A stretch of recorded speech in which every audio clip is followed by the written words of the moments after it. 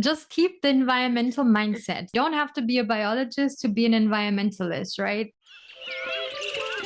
Welcome to Wild Development Studio. Join us as we venture into the breathtaking realm of wildlife arts and untamed adventures. With captivating stories from the field and ideas to dive into the visual arts, we'll ignite your passion for conservation. Get ready to develop something wild. Welcome to Wild Developments. I'm your guide, Lauren, and it's the beginning of summer. People are visiting the beach more, so it is a great time to talk to Dr. Christine Figgener. She is a sea turtle biologist that took the world by storm with a 2015 viral video that she filmed and uploaded, documenting the removal of a plastic straw from a sea turtle's nose by her research team. That video was a catalyst for a global anti-straw movement, leading to several straw bans by businesses such as Starbucks, Disney, and Alaska Airlines. The video is now considered a pivotal moment in the anti-plastic movement, and it has provided her with an incredible platform for science communication and the conservation around the use of single-use plastics and other environmental issues affecting marine life. Her research and advocacy efforts have been featured in the BBC and in National Geographic. She was named Next Generation Leader by Time Magazine in 2018, and she holds a PhD from Texas A&M University's Marine Biology ID graduate program. Dr. Christine is still actively involved in sea turtle research and conservation efforts with two organizations, NAMICA Conservation Science, a scientific consultancy, and Costa Rican Alliance for Sea Turtle Conservation and Science, COASTS, a community-led nonprofit in Costa Rica. Her mission is to strengthen grassroots sea turtle conservation efforts by developing and executing projects and training, and empowering local conservationists and scientists, with an emphasis on local women. Dr. Christine, thank you so much for being here today. Well, thank you so much for having me. You are a sea turtle biologist. We are heading into sea turtle season. What inspired you to be a sea turtle biologist?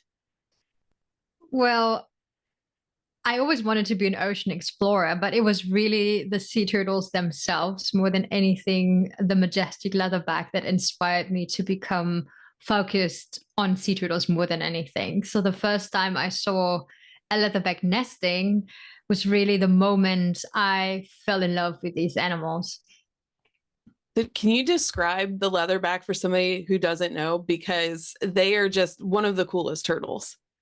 I totally agree, but I'm also totally not biased. No, leatherbacks do not look like the typical sea turtle, I would say. So, everybody, when I say sea turtle, has immediately an image of a hard-shelled turtle. Maybe they've seen films like Finding Nemo, and Crash in that film, of course, is very much sticking in the minds of people. So leatherbacks look completely different. I sometimes call them almost like the unicorns of the sea, because so many people really don't know they even exist. And even when they see photos of them, they kind of think, wait a second, that is real? It is. So they have a soft shell. They do not have any keratinized scutes or scales, neither on their skin nor on their shell. And they have these ridges that kind of run along the shell, and they're massive, right? So on average, I'm really bad with imperial system, but an average leatherback for us is about 1.55 meters in carapace length. I think that's about 5'5" or 5'6" about. And they can weigh between, like on average, 300 to 600 kilograms. So that's, double it for the pounds, more or less. They're just huge. I mean, they're absolutely very impressive animals that still roam our oceans. They're the largest marine reptiles, if you don't count saltwater crocs. And they have been around for more than 90 millions of years and survived the extinction of the dinosaurs. So pretty cool animals. And one of their favorite foods is jellyfish. So we got to love that about them, because the jellyfish sting does not feel nice. What did you do to prepare for this career? Was it a lot of schooling? Was it a lot of time out in the field? What was that like? Well, there was definitely a lot of schooling involved, although I wouldn't have to have gone for my PhD, because I was already play with sea turtles way before I did my PhD.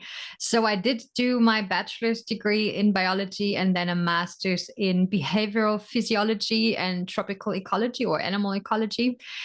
And with that, I pretty much started working with sea turtles already. So I always want to point that out because a lot of people that are in the academic world get very hard brainwashed into believing that they have to go for their PhD. And I always say, if you do not know for sure what to do with your PhD, and specifically if you don't want to go and teach, become a professor, it might not even be necessary because it is a very miserable time. I don't know very many people that had a good time going through the PhD program, including myself.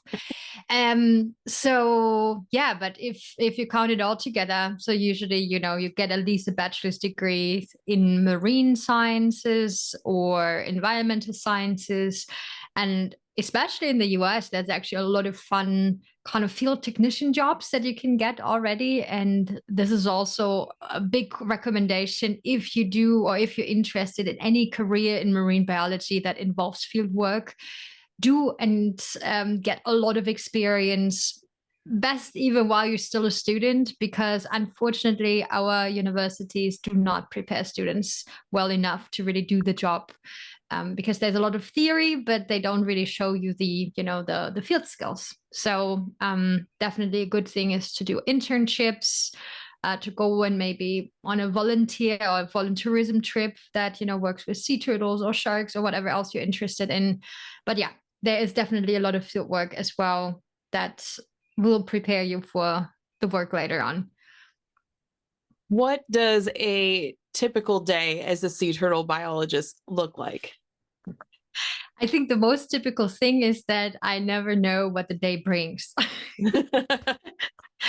So since it is field work and a lot of the things we do kind of are more reactive, I would say, than really long planned. So of course we do have a field season, but within, or like even a campaign if we do in water work, but within the, field season, I get up and there is probably some new information, maybe a nest that hatched or a turtle that came to lay her eggs or whatever. And I kind of have to react to what happened a few hours earlier. A nest that needs to be relocated, a nest that needs to be excavated. So that means there needs to be like a nest inventory that needs to be done after the nest hatches. So everybody, all of my friends that are not in that kind of work and that stay with me, they always say, my goodness, your days are really kind of just this bouquet of surprises. So we just roll with the punches. And it can be anything from computer work, very boring, analyzing data, which is actually not boring to me, but maybe sounds boring. Responding to emails, maybe writing, a proposal for funding, to really being out on the beach at night, patrolling the beach to look for nesting females, or do a smelly excavation, getting all the eggs that didn't hatch out of a nest and hopefully finding some baby turtles to be rescued. So all of that is part, of course. So I think a lot of people don't realize, especially when we're vacationing, that sea turtles come up on the beach and that's where they nest, like you were saying.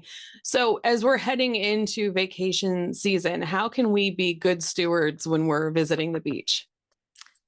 Yeah, so first of all, it is important to know that most sea turtle species nest at night, right? So even though there is not a single sea turtle to be seen during the day, and you might not see, that there is eggs that are buried in the sand, I can assure you there are. You might see a track that gives them away, but the thing is, those females that come up at night, they pretty much dig a hole into the sand. They lay all their eggs in that hole, then close it, and those eggs need to incubate for 2 months in order for the babies to hatch. And so if you are walking on top of those nests, if you, for example, have an umbrella and you like kind of put it into the ground, it could be that you are actually piercing some sea turtle eggs. So it is always important to first of all keep the beach itself as sea turtle friendly as possible for the nesting mothers, as well as for the babies that later on hatch and make their way to the beach, to the water. So that means do not leave any kind of furniture lying around when you leave the beach, right? So put it away. Do not use those, sun umbrella thingies. Best if you dug any kind of holes, any sand castles or whatnot, close them up, keep it flat so the babies don't fall into it. It become victim to any predators. And also the females, if the holes are big enough. There was a stupid TikTok challenge a year ago where people just dug massive holes on the beach. Turtles can actually fall inside of those holes. And the other thing is, if you happen to stay at a hotel, choose your hotel for categories that actually, or like that, if they are based close to a sea turtle nesting beach, that they actually, use lighting that is sea turtle friendly. So that means they shouldn't use white light at all. Indirect light, kind of amber reddish light would be the perfect one, or even turning it completely off at night so the sea turtles do not get disoriented and walk towards inland and not towards the sea. So that's another thing that's important. And of course, don't leave any trash on the beach, right? Plastic especially, and other debris should go home with you and then be discarded properly. In your research, how does the future look for sea turtles? Is there still hope? If there wouldn't be hope, I wouldn't be doing my job. I would be sitting somewhere on a deserted island and get drunk every day and just enjoy the end of the world. I think there is definitely hope. I mean, what gives me the most hope are two things. So first of all, sea turtles, with all the stuff that they have against them, right? Because there is a lot. There is the direct exploitation of their eggs and meat and shell. There is bycatch, incidental bycatch by the industrial fisheries, ghost nets, ocean pollution, plastic, and, chemical pollution. There's so much, really. But these animals have been around for millions of years. I think I mentioned that already. So they are incredibly resilient. And even when you see, an injured sea turtle, you can just see the strength that they have to still kind of, follow through with their program to come to the beach and onto the beach and nest and all of that.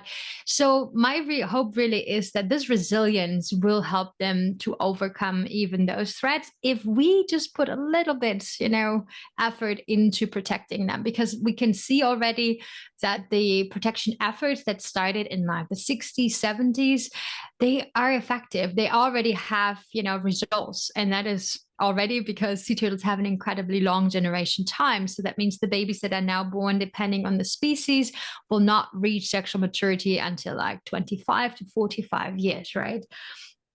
So this is giving me hope. So I know that if we are getting our act together, because really it is all depending on us and our way of living, if sea turtles will have a chance. And the second thing that gives me hope is actually the new generation that are becoming adults right now, because I can see that it is becoming way more in vogue to be pro-environment and to care for, our life basis pretty much, because a lot of people have forgotten how important, that we can't really live without, clean water, clean air, pollinators and all of that. We have lost this connection to our nature as well, or to nature in general. And I think this is changing. I think people have come to realize that, it is not about just saving sea turtles. It's actually about saving, our life support system. Because if the ocean dies, we will die as a species as well. And for that reason, I always kind of hate the narrative. It's like, save our oceans. I was kind of save humanity. That is really what it boils down to. And I think the new generation got it, right? They've grown up with this anxiety about climate change really intensifying right now. And I think you have to be very blind to not, see what is going on in the world everywhere. Sea levels are rising, temperatures are rising. And so seeing that the next generation is doing as much as they do, that really gives me hope. So, for all the old people that are just not willing to do their part, well, too bad. But, their time will be over soon. And hopefully the next generation is taking over. I think that you're right. There is hope. And actually, because you had a viral video with the sea turtle and the straw, and that inspired the next generation. It inspired my son and his friend Gracie. And she went to the director at Wave with Newport and said, what can I do? I want to educate people about this. People need to know. She was so inspired. So her and Connor went all around the tri-state area. They were giving presentations and educating people about the importance of picking up your trash. And they ended up raising $5,000 for sea turtle conservation. It was all because they saw your video. What was going through your head when you saw that sea turtle? Actually, hold on, time out. I have a surprise for you. Okay. Gracie just graduated from high school, and Connor turns 16 tomorrow. It'll be today when the show airs. And they wanted to come on and thank you for your work. Oh, wow. Hi there. Hi. Well, thank you so much for everything. This is incredible. See, this is why I have hope. This is exactly the reason why. I mean, yeah, there's a video, but, you know, some people might have seen it and didn't care about it, but you guys actually did something about it, right? And this is exactly what I mean with the next generation. They just get it. For them, it's inherently right to go out and, you know, do something about certain things. Hi, Gracie.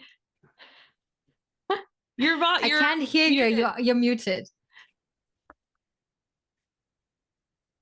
Okay, there we go. Hi. I love that. It's nice to meet you. Yeah, nice meeting you guys. You must have been a lot younger when you probably did the whole fundraising, huh? Yeah, well, it's been a little bit. I don't know how long ago that was. How long? Well, the video came out almost 10 years ago. So it was 2015 when it was like viral. So 9 years ago, about. So I think they started around 2017. I don't know if that's just when, or maybe you talked to Wave in 2016 and you guys really got started around 2017, and they went to the Karen Beasley Sea Turtle Hospital twice to donate 2 different checks totaling about $5,000. So Gracie, when you saw the video, what did you think? I mean, I was just like, I think I was just like in disbelief, kind of, that, you know, a lot of people have been talking about this, and a lot of people, you know, it was a lot of talk, and I never seen like an actual video of that before. And I think it kind of just like struck something in me and like my heart. And it was like, I really need to do something about this. And that's when I started talking to people, and I talked to my mom, and I was like, I need to do something about this. And I felt very strongly about it, and I still do. And I care about the environment, and, you know, I just really wanted to help. I wanted to be hands-on. I didn't just want to like talk about it again like other people did, but I wanted to actually try to make an impact in the environment. So, yeah, see, this is exactly what needs to happen, right? Beautiful. Yeah, this is exactly because, I mean, this was such an ugly situation, right? I mean, there was so much suffering caused by this like tiny plastic object. And I mean, at least for me, while we were in that situation, you know, you also feel guilty because, I mean, who can say that they've never used a plastic straw in their life? Yeah. And so I think this, you know, we always try to analyze what was appeal sounds a little bit wrong in that context, but what was really, you know, so special about that video that, you know, really hit home with so many people. And I think this is exactly, you know, this kind of suffering, and then also something that you feel like you need to do about it, something. So yeah, so of like this really not so great situation, I think that has a beautiful movement resulted, right? That has inspired many people by now, and, you know, everybody is doing their little part, and I think this is amazing. This is just exactly how it should be. So thank you so much to both of you. Of course. When you came across that turtle, you knew something was wrong.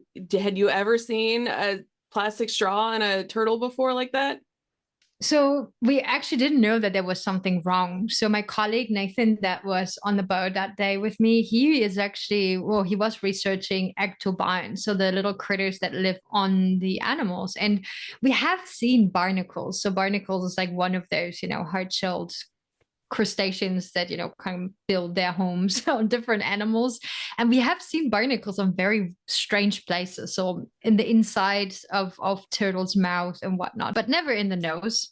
But that's what we thought it was. And when he was trying to extract it, I was just like, okay, I'm going to film it. It's kind of a funny position. And then it turned out really quickly to be something very different, not a barnacle. Then he thought it's a tube worm because they do make those little calcified tunnel thingies. But then my other local assistant, when we cut up a piece to just kind of check out what the material is, he bit on it and he was like, well, that's plastic. That's not natural. That is plastic. And at that point, because I had it, on very big on my camera screen, I was already seeing the black stripes of it. And I was immediately thinking, gosh, that looks like a straw. But it can't be, right? It cannot be a straw in a turtle's nose. But it was a straw in a turtle's nose. Have you ever seen anything like that since, or anything similar? Yeah. In fact, we have. So it's kind of curious. Of course, after that video, I think people started to check noses of sea turtles, which we might not have done before.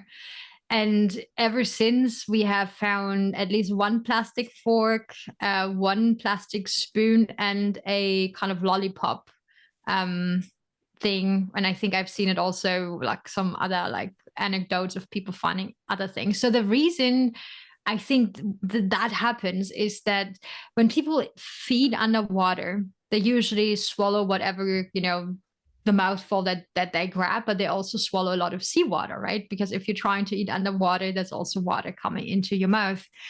And usually before they really swallow it all the way down into their stomach, they extract the water. So that means they close the mouth and then they expel the water through their nostrils. So there is a connection between the nose and the mouth cavity, and they just kind of spit out the water. You can see that actually really beautifully in the sea turtle hospitals in the rehab center when the turtle eats slightly above water. So the mouth is underwater, but the nostrils are above water. So you can see when she eats that there's actually water running out of the nostrils. And if you have plastic that is very lightweight, it probably would try to go the way of the water, but then get stuck right in this, connection between the mouth and the nose. And I mean, when we looked at the shape of the straw, which must have been in that turtle for quite a while, it was really kind of, calcified at points and whatnot. It was really, perfectly aligning with the anatomical shape of exactly that connection. And when the Mexican team found the spoon, it didn't even make it all the way through just yet, because they found it within the mouth, and I don't even know what you call it, but the handle was pretty much in that connection already, and the part that you stick into your mouth, which is a little bit wider, couldn't pass, of course, and so it was blocking the airways from the inside, pretty much inside of it was like at the roof of the mouth. I know when I'm walking the beach and I see, any sort of plastic trash, I'm like, I got to pick it up, because it will make a difference to that one animal that you'll see out there. You heard of any other stories like the Turtle Squad where they saw your video and they were so inspired that they took action?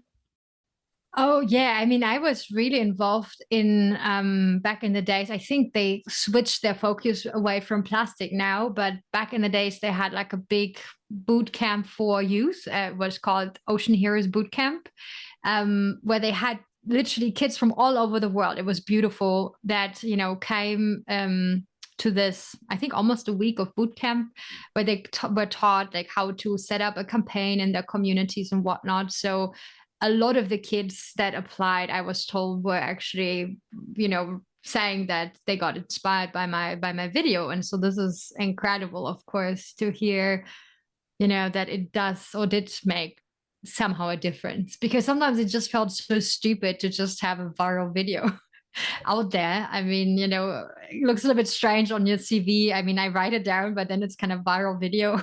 Like, what the hell? But it was for something positive that made a positive impact, and it wasn't for some sort of dance or something. That is true. That is true. And I usually also say, what it led to, and why I'm even putting it on my CV maybe. But yeah, it's just a strange world we live in nowadays. Yeah. Well, Connor and Gracie, do you guys have any questions for Dr. Christine? I mean, she inspired you guys on this wild ride to help sea turtles, and you guys had some amazing experiences from that. What do you have to ask her? Whenever you were filming that, had you like filmed any videos in the past for sea turtles, or was this just like a random might as well film? That's a good question. So, I am a photographer, so I have done a lot of photos. And for my study, or the study that we were actually doing at that point, I was filming mating couples. So that was really what I was doing there. And that's the reason why I had a camera with me. And I wasn't really big into videography, let's say it that way. And I don't even remember why I had a YouTube channel, but I had a YouTube channel and it had maybe 2 videos before on that. I don't even know if I had any subscribers.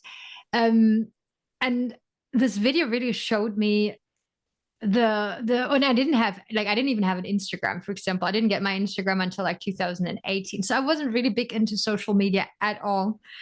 But that video didn't only teach me that there's a lot of people that want to be inspired to do more, but it also taught me how powerful social media can be if you use it for the right things, right? So of course, not stupid dances, where I feel my brain cells sometimes die, but really using it to transport a message to people, and especially the younger generation. I know that you guys are not even on Instagram anymore. I think for you, it's more TikTok probably, or even, what is it? Be Real. It's really difficult sometimes to keep up. And I have to say, for example, TikTok is also not my platform. It's too fast. There's no community really attached to it. That's really what I like about Instagram, because it's really a community that you build there.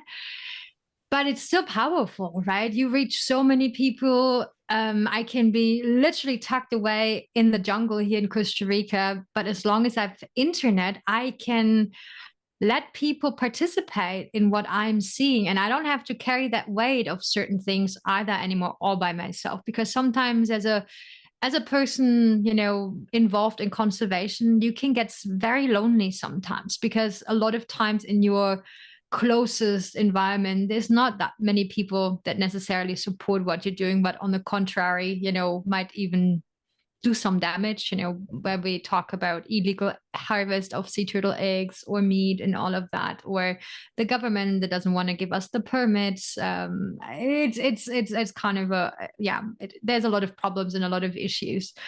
And so it can be very positive to be able to connect with community, right? That is like-minded. And nowadays, because of the internet, I have access to. Before that, I didn't, right? I was just here all by myself in the jungle. Just wondering, were you expecting the video to go viral, or, I mean, I know that's kind of vague, but like, were you expecting anything? Not at all. And you know what? The funny thing is, so many people have asked me or have come up to me and were like, oh, Chris, I have this video. I really wanted to go viral. Can you help me? And I'm like, I have no idea how or what the recipe is of like going viral. I remember that when it started to blow up, I think we were maybe at a few thousand views, like literally a few thousand. I think we might not have even hit 5,000 or 10,000 views. I wrote a message to my academic advisor with like a twinkie smile. It's like, oh, we're going all viral. I think I even put it in quotation marks.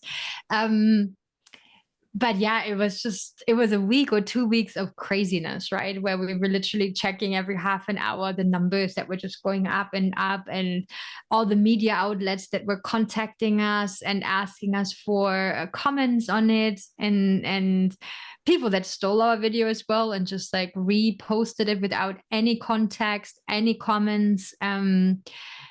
I mean, I love that it went so viral, but it would have been great if people would have also carried the message about plastic, not just the sensationalism of like the suffering, but also the information, not so much about like, I wouldn't even care about that was my name attached to it, but more about okay, what did actually happen in that video and what can you do about it so that won't happen again, right? And that means do not use plastic.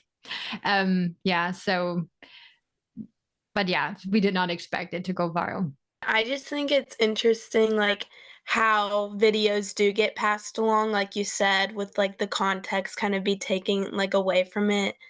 And like I'm sure you got a lot of like maybe not great responses to the video. How did you like deal with that if you got any like negative responses? I think in the beginning, because the negative responses were always circulating kind of around the same thing, people were criticizing that we wouldn't anesthetize the turtle, that we wouldn't have taken it to the doctors. But I think, people have no idea about the realities of working in a country in the global south, right? Nowadays, we actually have finally a veterinarian that knows how to deal with sea turtles. But 10 years ago, when that video happened, we didn't have that. We didn't have anybody in this country that actually knew how to take care of sea turtles, which are ectotherms. So that means they're cold-blooded. And it's actually, not an easy feat to put ectotherms under. There is a big risk attached to it. And of course, after we were on the boat in the middle of the ocean, not talking about that, and it's an endangered species. So we do have certain permits that that authorize us to do certain things, but I couldn't have just grabbed that turtle, loaded it into my car, and driven I don't know where with that turtle without being able to regulate its body temperature and whatnot. And the authorities a lot of times are not of great help. We've had that in the past. They're just like, oh, this is nature, just let it happen. And so we kind of addressed those comments in the commentary under the video. And after I've done that, I actually kind of stopped reading the comments because, it's so easy to criticize sitting in the safety of your home in an, comfortable chair. I think this is really sometimes what annoys me about the internet, because I'm here, I'm on the front lines, I'm actually doing something.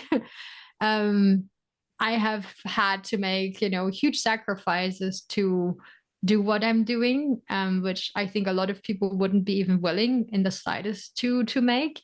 And then you have exactly those same people that are very comfortable, at home, not doing anything, criticizing of how I'm doing things, right? So I'm always saying, you know what? Maybe you go and do your thing first, and then we discuss about how the certain things can and cannot be done.